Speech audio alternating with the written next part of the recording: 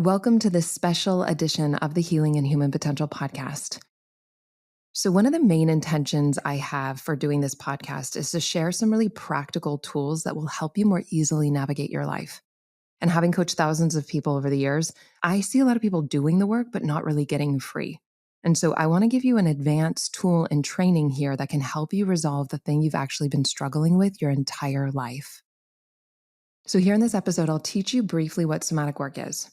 And for those that don't know, my clinical degree was as a licensed somatic psychotherapist. So, even if you know somatic work, what I'll be sharing with you is part of my body of work. So, it'll probably be new for you. I'll share one of the deepest ways that I've discovered using this work that I also teach in my certification program so that my coaches know how to powerfully facilitate it since it's that transformative. I'm giving you a taste of it here, but I need to set you up with how to use it in a safe and productive way so that it really supports you in navigating the winds of life, learning how to surf the waves versus getting tumbled by it. And then I'm actually going to take you through a guided somatic process that will change your life if you do it regularly. It'll help you release physical and emotional tension in your body and access more peace and freedom in your life. And so I encourage you to listen to the guided part of this process for 30 days and notice how powerfully your life shifts. I also want to encourage you to share this episode with a friend so that you hold each other accountable to using it as a daily practice, since one of the best ways to create change and to be consistent is in community. So whether we're conscious of it or not, we're often moving away from what we fear and chasing what we believe is going to make us happy, accepted, worthy, and loved. But you might not have noticed that trying to get rid of unwanted feelings doesn't actually work. It kind of traps us. And there's nothing wrong with chasing desires and avoiding fears, but it causes suffering. So I want to make sure you have a different orientation to life if you choose to try it on. Because what I've discovered is, ironically, the last place that we would be willing or wanting to go holds the key to our freedom. I call this the paradox of transformation because the very thing we've been avoiding is actually the doorway to what we deeply desire. When we're courageous enough to face the things that we've been afraid of, we free ourselves from the power that it's had over us. So it's kind of the game of opposites. Let me ground this for you. So if you want to feel confident, it's through embracing insecurity. If you want to feel worthy, it's through embracing unworthiness. If you want to feel free, it's through embracing feeling stuck. And if you want to feel connected, it's through embracing loneliness. So again, the game of opposites. What you've been avoiding is the doorway to what you deeply desire. And so in this way, the energy that we've been avoiding as it's welcomed and integrated into our nervous system, it's no longer driving the car unconsciously in our lives, making decisions for our businesses and for the rest of our life. And I love this framework from my meditation teacher, Adyashanti. He talks about freedom to versus freedom from. So freedom from is really escapism. So it's like, I need this thing to get out of my life so that I'm free. Versus freedom to is real freedom. It's being free enough to meet all of life. It's saying yes to whatever arises in the moment, knowing that I'm free enough to navigate my human experience, all the thoughts, all the feelings, all the sensations. And so we can either try to manage and control things outside of ourselves so that we don't feel certain things, but then we feel anxious because we can't control what's outside of us. Or a more empowering way to live is to stretch the capacity to be with the range of our human experience and learn the art of letting sensations move through the body. And when we do it this way, it frees up all the energy that we were using to control and avoid, and it opens us to new levels of vitality, creativity, and aliveness. Then we don't have to try to manipulate our lives to avoid feeling certain things because we now know we're free and that we can handle whatever sensation arises in the moment. And so what if instead of running away from something, you turn towards it? What if instead of trying to escape it, you discover the freedom of being with it? Real transformation comes by meeting life fully exactly as it is. And then no matter what's happening, we can access a deeper peace that doesn't come and go, right? It's always available underneath the fearful thoughts and the fearful feelings. As we meet them with acceptance, it parts the clouds so we can experience that peace that's underneath it. Plus, it's just a lot more intelligent to do because I don't know if you've noticed, but what we avoid, we actually create. Let me ground this for a moment. So let's take relationships. Let's imagine that there's somebody that is afraid of abandonment, and so they become really clingy, and then their partner feels smothered by their clingy behavior, and their partner starts to pull away. That creates the very abandonment that the person was trying to avoid in the first place. I'll share another example of what you avoid, you create, but in a sales context. So let's say somebody is avoiding pitching to work with them because they're afraid of rejection. And so they end up hinting at their offer because they don't want to feel pushy. And instead of confidently presenting their work, their potential client senses the hesitation and lack of confidence. And so that potential client is unsure about the value of the offer, and that leads them to say no, creating the very rejection that person was trying to avoid. Can you see that? So, to be clear, the goal of this work is to allow energy to move through the body versus what most people try to do is they either avoid it or indulge it. And they avoid it by thinking about it or talking about it versus feeling it. But the body knows how to take care of itself. It knows how to move energy through if we don't interrupt it with our mental activity. We just allow it to flow through. Or they indulge in it thinking that deeper is better. They start ruminating in it, and it creates this like spin cycle, not becoming aware of what the thoughts were that were creating the contraction in the body in the first place. And neuroscientists have found that it only takes 90 seconds to feel an emotion in the body before it moves through. And so that means if you're feeling something longer than that, you're not allowing it to be in your body as pure sensation. And so that's the key, to feel the emotion as a sensation, not looping in the story. And so as we open to and allow this old stuck energy, it starts to integrate into our nervous system. We feel more present, we feel lighter, we feel more free. And then that's how you know it's working. And you can think of this like a teapot that's boiling. You want to open the top to let some of the steam out so it's not overflowing and feeling overwhelming, right? Just bite size opening to the sensation that you've been avoiding versus feeling really overwhelmed by trying to go for it all at once. And then over time, you'll be letting out the pressure and that tea kettle starts to settle. And so when life triggers you, you're just working with the present moment experience versus projecting all the repressed energy that you've projected from the past onto the present moment in addition. And so this is a practice. You want to be gentle with yourself. And I'm going to guide us on an experience in a moment, but I want to invite you to have a new relationship with the energy that's coming up so that you feel more empowered and whole as a result. And again, the work is not about controlling life so that we never feel uncomfortable. It's about developing the capacity to meet the discomfort without letting it run our lives. And this is the power of somatic work. It's not about fixing, it's about feeling. And when we do, we free up all that energy that was spent avoiding and we redirect it towards creating something that feels much more aligned and expansive. And so just to give you some context about somatic work, it's also known as embodiment work. So soma means body. I find that somatic work is really helpful for almost everyone, but especially for intellectual people because they have overdeveloped minds, as well as those who have been doing personal development work for a long time. Maybe they know all about their past, but they're still feeling stuck. And so I find somatic work is like this back door that bypasses the intellect and it helps integrate this energy and you don't feel as stuck in the past. But I also find it's great for people who are anxious, fearful, and stressed, since those are all activated by stories we create in the mind about the future. And so it helps you break the habit of consistently thinking by bringing your awareness into your body, right? And that's the power of this work. So you don't need to know this story that helps you integrate this old stuck energy. So even as you're listening to this right now, just take a deep breath into your heart space. Feel your feet, feel your hands. So you're starting to bring your attention down into your body and really start attuning to what's actually here beyond the mind. And to set us up for the process I'm about to lead us through, I recommend working with a feeling or a sensation that's a 5 to 8 out of 10 in terms of intensity level, so that you can really save the big stuff for trained professional. And so you always want to make sure that you're resourced, meaning you have some level of nourishment and safety before doing an advanced tool like this. And so I'll guide us through that in a moment, but I want to make it really clear. Sometimes with somatic work, it can activate trauma. And so if you have big T trauma, whether it's diagnosed or not, meaning you can't hold the present moment with love, with presence, you always want to take care of yourself and work with a trained specialist versus doing a process like this that I'm about to lead you through. So you want to work with somebody who can hold and help you integrate that big stuff. You get to have that, and there is support for you. And just to be clear, this isn't meant to replace working with a trained professional. And so as you go through the process I'm about to take you through, resistance might come up. That's totally normal. Welcome it.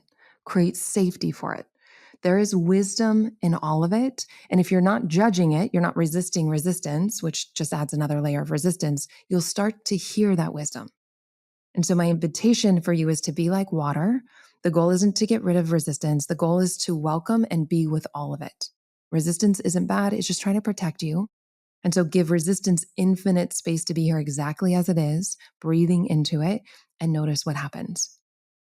I'll share a quick story. So I had a client who I was working with, and she wanted to hide from some of the challenges that were coming up in her life. And she really judged herself for that. I had a blanket nearby, so I supported her resistance rather than judging it. And I gave her the blanket to hide behind. I told her it was really okay to just take as much time as she needed. And she looked a little confused, but she trusted me. And so she tried it. And she just wept. She hid under this blanket. I told her to stay there as long as she needed to. And then ironically, it was only 2 minutes later, and she was like, I feel ready to come out now. And this was because the energy was seen and accepted, and so it moved on. And so she could see this energy just needed to be honored and allowed. And to the degree resistance or any other emotion doesn't feel received, it will defend, both within us and with others. I'm going to say that again because I think it's really important. So to the degree that an emotion doesn't feel allowed, it will defend inside of ourselves and in others. The principles apply the same way. And so when we learn how to work with resistance, everything changes. But I don't want to just talk about it, and I don't want you to believe me. Just be willing to test it and find out for yourself. So I'm going to guide us through a process somatically so you can work with any block that may be coming up in your life or any stuck energy you feel in your body if you don't know the story about it. Again, we're just kind of clearing out this dam, this reservoir of old energy so that it starts emptying out. You feel lighter, more present, and more free. And so if you're in a safe place to do so, find a comfortable position. Sitting or lying down, and gently close your eyes. Allowing yourself to really arrive in this moment. Feeling the weight of your body resting. Noticing your breath naturally moving in and out. There's nowhere to be, nothing to do. Just be here in this moment. This is your time. Just a space to soften and to meet yourself fully. Just allow your mind to sink into your heart, taking a nice, slow, deep breath in through your nose. And gently exhale longer than the inhalation, relaxing your belly, your shoulders, your brow. And breathing in and out naturally. I want to invite you to bring your attention into your inner body. Just feeling the sensations running through your hands and your feet in this moment. Noticing this percolating, alive energy that starts to magnetize as you pay attention to it. And notice in your direct experience right now, what feels peaceful? Where in your body do you notice a sense of safety or nourishment? Maybe you feel a sense of warmth around your heart, or you feel supported and held by the chair or the ground. And once you find that, take a moment to appreciate that sensation, allowing it to expand in your awareness, knowing that this is a resource for you that you can come back to anytime you want. And if it's hard for you to find something nourishing, you can think of someone that you love. This could be a friend, a partner, a four-legged friend. And just bring them to mind and feel your care for them. Notice what that feels like in your body to care for them. And as you place your awareness there, it will expand. And when you're ready, find a feeling that you've been avoiding, or find a contraction in your body right now. Once you've identified it, just notice where it lives in your body. You might want to place your hand there to help you hold presence with it. And for a moment, let's stop trying to get rid of this feeling or imagining our life without it. Let's stop pushing it out. That's never really worked anyway. And together, let's discover what happens in this moment when we change our relationship with it.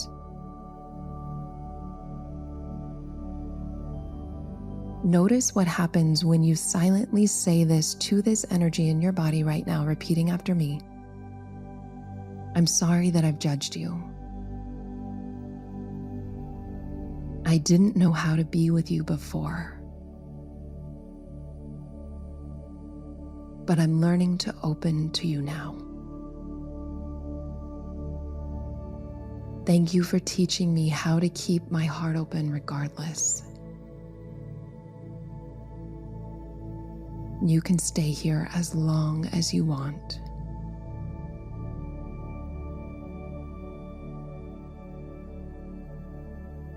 Just breathing in, opening, allowing. So now let's drop in to get even more intimate with the sensation, letting go of the story, bringing curiosity and openness. Notice what size this energy is. Is it the size of a grapefruit or a soccer ball? Just notice.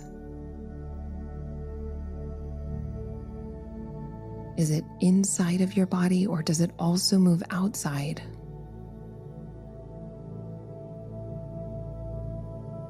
Just breathing into it with curiosity.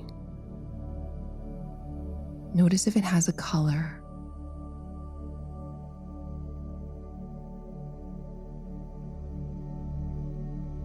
See if it's dense or transparent.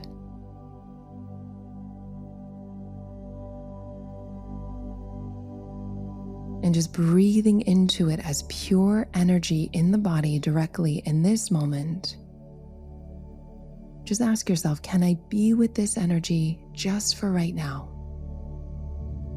Allowing whatever's happening in this moment to happen. Giving an infinite space to be here exactly as it is. Full permission, breathing in and letting go.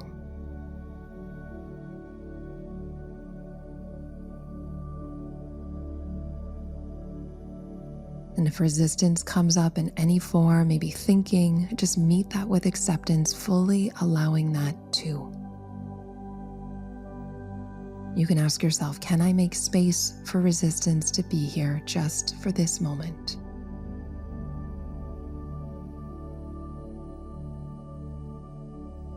Notice that resistance is already allowed, even if you can't. Just relaxing back, noticing this awareness that unconditionally allows all of it to be here exactly as it is.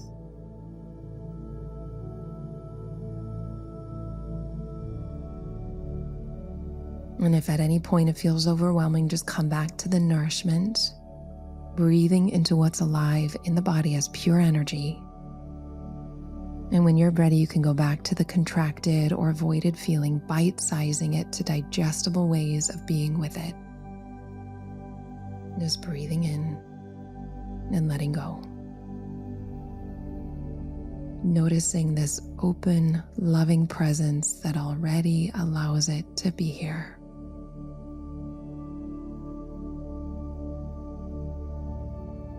You are this open, loving presence that receives and allows all of it to be here without any agenda, any expectation.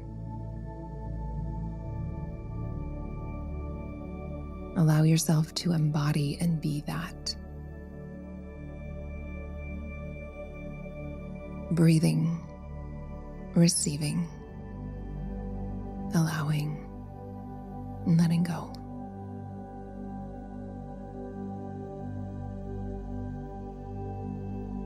You might feel called to stay here a little longer. You could be feeling a deep sense of peace, Or you may want to allow this energy to become a new blueprint in your cells, in your body. But you'll know when the energy's been integrated, since it will move on and you'll feel lighter and more present.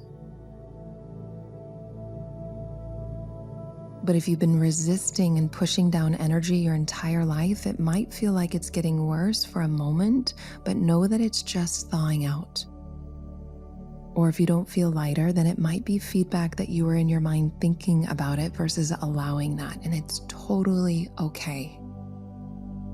Be gentle with yourself. This is a practice that you're invited to do regularly, especially when hard emotions come up. This is a guide for you.